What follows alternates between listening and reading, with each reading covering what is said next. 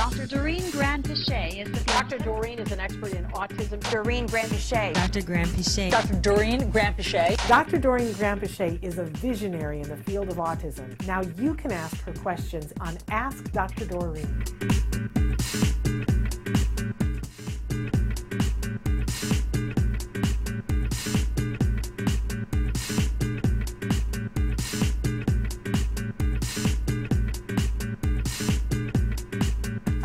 I want to say we have Ireland in the house, and we want to say Happy St. Patty's Day to everybody. Bonnie wants to know how to nighttime potty train a 5-year-old that is already daytime potty trained. The problem that could happen with my son is that once he wakes up in the middle of the night, he will have a hard time falling back to sleep. My son talks but does not have conversational speech. So when he wakes up, he has a hard time going back to sleep. And she feels like that might be the problem. Like I don't know whether it's that he doesn't want to wake up because then when he wakes up to go to the potty, he has a hard time going back to sleep. I don't know. Yeah, I don't know. And there's two, potty training is important to do in consecutive steps and correctly. So I will give you a couple of things to think about, but I don't want to give you extreme guidelines because I don't want to say something that might ruin your progress that you've made already. But go back and read the Fox and Azrin full protocol because it does go into nighttime training as well. The thing about nighttime training is that you have to do a few different things. One is you have to stop giving liquids at around, let's assume your child is going to sleep around, how old is this child? 5. 5. So let's assume your child's going to sleep around 9 p.m. or so. You should really stop giving liquids at around 6. Like no more liquids at all. And make sure that you are allowing the child to use the toilet before they sleep.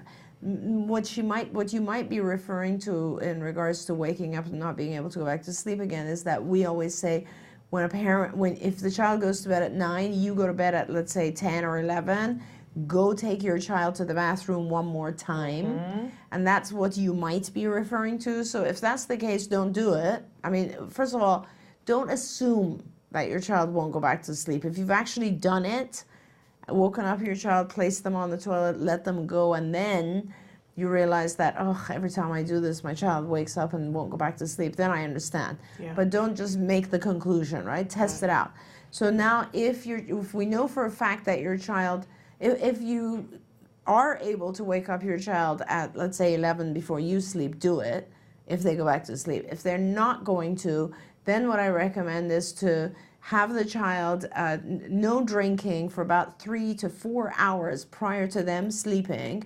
And then when they go to sleep, just let it be, but keep the night short. So start with like waking up early, so 5 o'clock or something, and see how short. The best way to do this, and it's hard, I know, for parents because it's so tough to figure out the length of time. But these days, you guys at least have cameras. Like, there's also a thing you can order which actually buzzes if the child wets. It's just something you put under their sheets. It's like looks like a heating pad. Put under the sheets. As soon as it receives any kind of humidity or wet, it will buzz and wake the child up, right? And it's a training. It's supposed to train the child to not urinate at all during the night, but if there's a way for you to figure out your child's baseline, in other words, how long can the child go without wetting? So in other words, if you stop drinking at like 5 or 6 and the child's in bed at 9, can he actually stay dry until about 5 in the morning?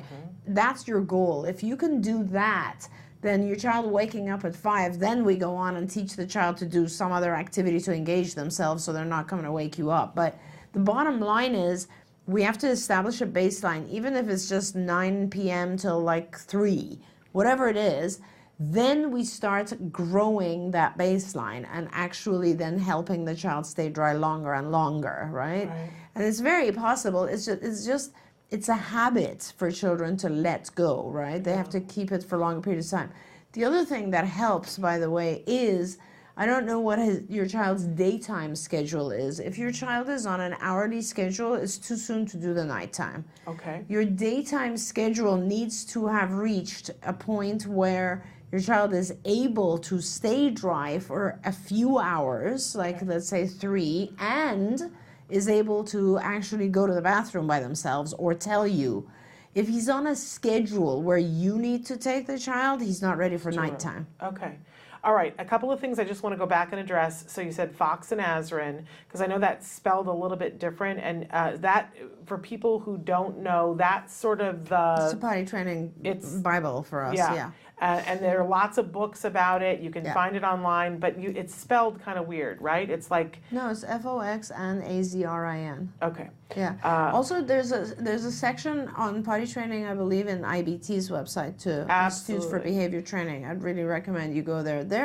That's an awesome training. ibehavioraltraining.com.